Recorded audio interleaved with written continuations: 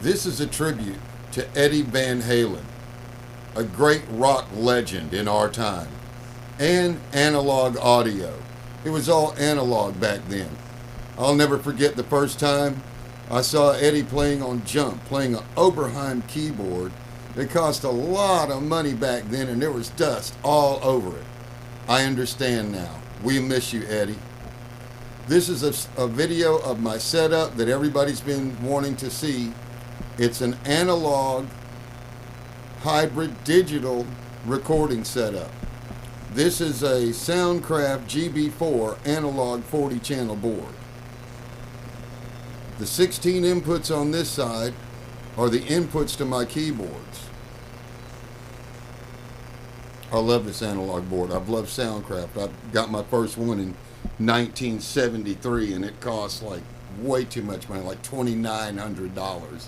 And you could have got a brand new Vet for a lot less. Anyway, the other side is basically going to an Elisa's 24-track hard drive. So the actual direct outs are going to the Elisa's. I'm not a camera guy. Hopefully we can get down here and see it. This is the back of the Elisa's hard drive machine. 24 ins, 24 outs.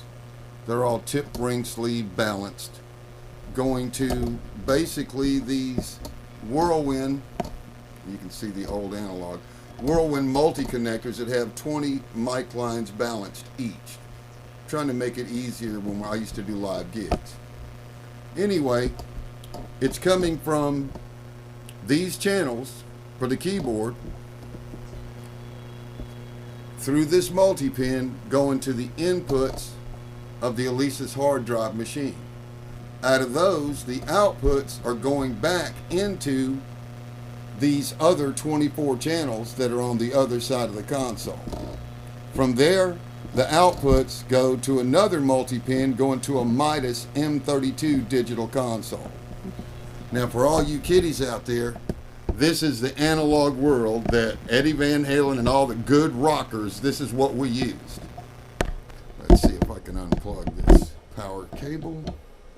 We're going to go around to the front of this rack. I love this console. I have several old analog consoles, including a Soundcraft 500, Soundcraft 500 monitor, actually two of those each. So this, kiddies, yes, those are cassette tapes, those plastic things down there. They're what you call cassette tapes. Back in the day, that was it. But on to the rack itself. We've got the Elisa's hard drive. It'll do 24 tracks simultaneously. Then down to the Lexicon Primetime 95 that I got in the 80s. A lot of this gear I got in the 80s. Then you've got the Yamaha SPX 990. One of the SPX 90s, a couple of Rev 7s, a Yamaha 1500 digital delay is what they called them back then because it had a digital readout, and an SDE 1000 Roland Echo. And as you can see over here, there's a Marantz. I don't know if we can zoom in that far. We might get another angle.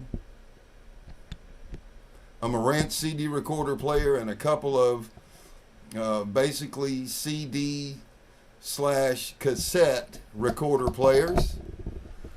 And old Eddie. These are Oberheim drum machines. Like the Oberheim keyboard that had all that dust on it that just blew my mind back then when he played Jump. And a lot of people probably didn't realize he played keyboards. But these are kind of hard to find. They're Oberheim and they cost a lot of money back then. Here's some of the other keyboards I don't use right now. Let's see, zoom back out. I'm not a camera guy.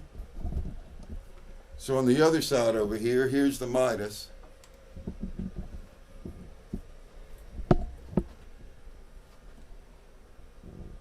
There's the other multi-pin connector with the purple tape on it. I don't know if you can see it or not. Going to the back of the Midas with XLRs, turnarounds, and everything else to make it work. My buddy said, all you need is this Ethernet cable. I said, well, we'll see. So on the other side, here's the actual iPad that can control the recorder within the M32 that has 2 SD cards. Here's the Marantz I was speaking of, and the 2 CD, well, they're CD combination cassettes. I've had these since the 90s.